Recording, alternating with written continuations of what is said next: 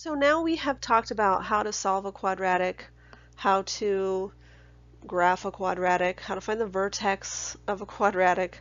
I want to talk about applications and how we might use what we know to solve an application involving a quadratic.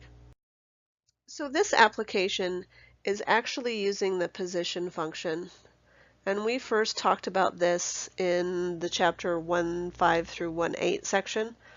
This is the position formula. I've already written this function for you. I used h of t instead of s of t, but it's the same thing. Remember that g, because I'm dealing with feet per second, all I did was I plugged in 32 for g. The v sub 0 is the velocity that we started with. That's where that 45 came from.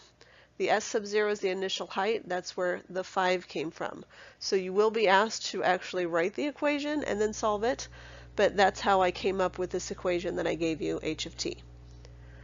First question says determine the time at which the ball is at its maximum height. So again, let's take a look at this. If I graphed this, and I'm not going to actually graph it, but I'm going to give you an idea that this started at 5. If I had a parabola that went through at 5 that represented the shape of a ball, or the shape of the path of the ball, I guess, because we're throwing the football is going to go up to a certain point and then it's going to come back down. And what I'm looking for is that max height, so I'm looking for this point right here.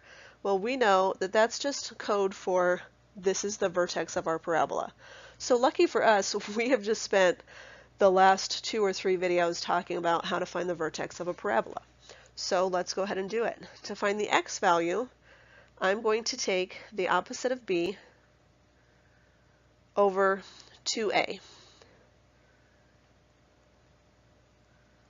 And notice it says round to 3 decimal places. So when we did this before, we always got nice whole numbers, but really I'm going to be getting not a nice whole number. And this one's not as ugly as it could have been.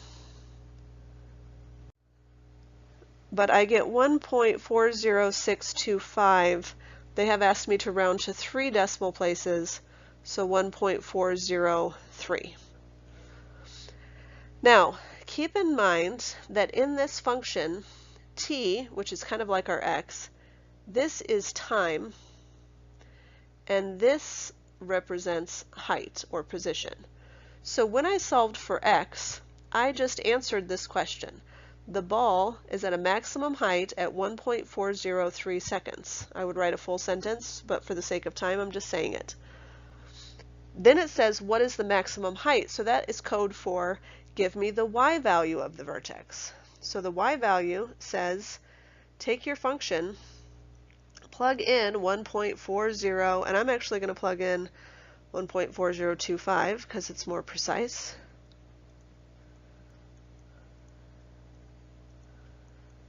And then again, I'm just going to let my calculator do all of the work. I'm not going to show any more work than that. And plugging that into my calculator, I get 36.6404. Again, if I rounded, because it asks me to round to 3 decimal places, I would say the maximum height of the ball is 36.640 feet. So again, it's important to know what's x, what's y, or f of x, or in this case, t and h of t. It's time and height. Now we're using the same function, but we're asked a different question, and we're looking for an interval at which the ball will be at or above 10 feet. So again, if we look at what our normal graph would look like, where it went through at 5, and this is a rough sketch, so obviously this is not precise at all. They're asking at 10 feet, where will the ball be at or above? And they want it in interval form. So, pretty easy. Remember that 10 is a height. This was time. So, we're solving for t, and we're saying let's plug 10 in here for height. Actually, I'm going to move that over to the left to make sure I have plenty of room. 10 equals negative 16t squared plus 45t plus 5. But actually, is it really equal to? No, because I need to know at or above 10 feet. So I'm going to actually say that this, which is the height, has to be greater than or equal to 10 feet. So now I'm just going to solve. I'm going to subtract 10 from each side. And now I'm going to look at solving. And I could look at trying to factor this, but I'm not really excited about factoring with numbers like that. So I'm just going to use the quadratic formula. I'm going to say t equals the opposite of b plus or minus the square root of b squared minus 4 times negative 16 times negative 5 all over 2a.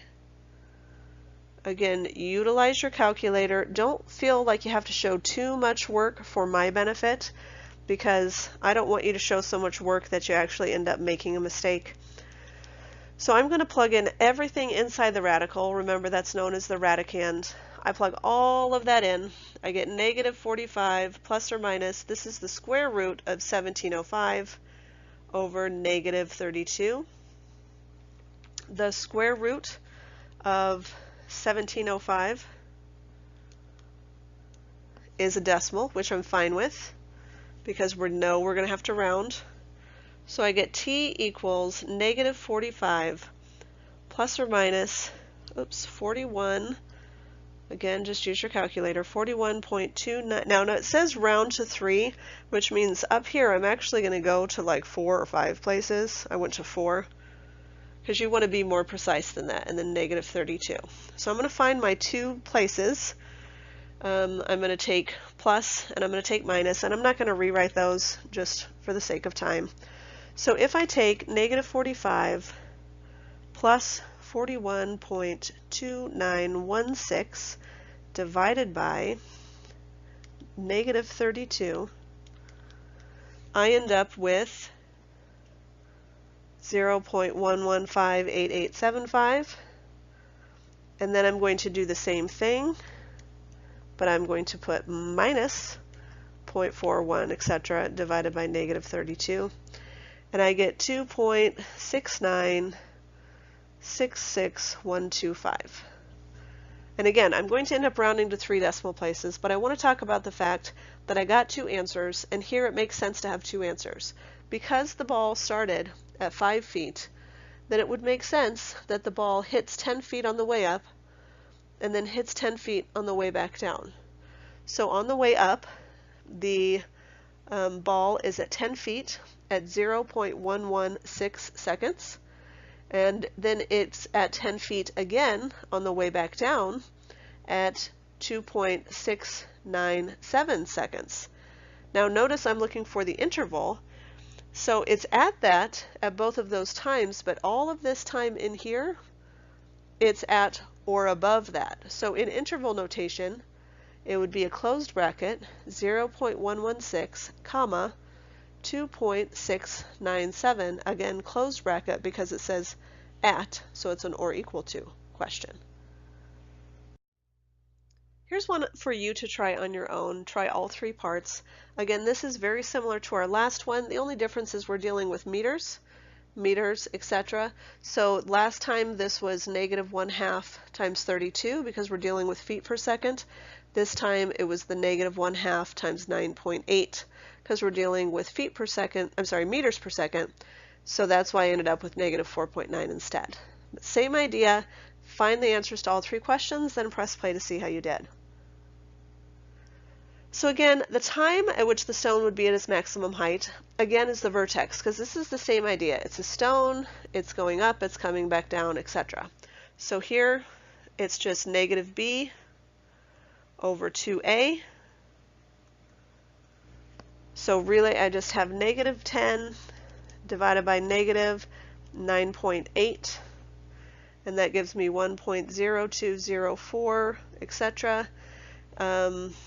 Nearest hundredth of a second would be 1.02 seconds, because that's tenth, that's hundredth.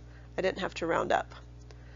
The maximum height happens at this time, so I'm going to take the y value of the vertex, negative 4.9 times 1.02 squared plus 10 times 1.02 plus 100.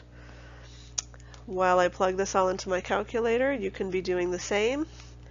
10 or 1.02 squared plus 10 times 1.02 plus 100, and I get 105.10204. Nearest whole meter would be 105 meters. Again, if this were an assessment, I'd write a full sentence. And last one, it says determine the time at which the stone will hit the ground. So last time we had the time at which the ball will be at 10 feet. Here, the stone will hit the ground when the height is 0. So I'm going to solve for 0 equals negative 4.9 t squared plus 10t plus 100. And of course, when I'm solving, I always want to equal to 0 so I can use the quadratic formula. So x equals the opposite of b plus or minus the square root of b squared minus 4 times a times c all over 2a. I plugged just like last time. I plugged all of that stuff into my calculator. Whoa, there we go. My pen was being stubborn for a minute.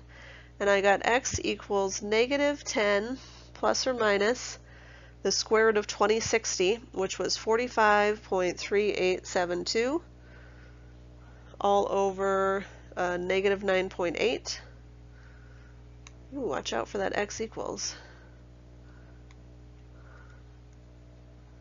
And then I'm just going to use my calculator to take negative 10 plus 45.3872 divided by negative 9.8. And then I'm going to do the exact same thing with minus 45 because I need to get both of my answers. And I get answers, again, I would normally show more work, but I'm running out of room here, of negative 3.6109. Let's just go to the nearest hundredth. It doesn't specify, so I'm just going to go to the nearest hundredth or thousandth. Let's go to thousandth. So negative 3.611 and then positive 5.652. Now this says the time at which the stone will hit the ground. Keep in mind that it started at a height of 100 meters. So again, if I drew my graph, it would be starting at 100. So it does make sense mathematically that one of my answers is negative. So when it says the time at which the stone will hit the ground, I would say we're going to disregard the negative solution because it doesn't make sense in the context of time. But the stone would hit the ground at 5.652 seconds.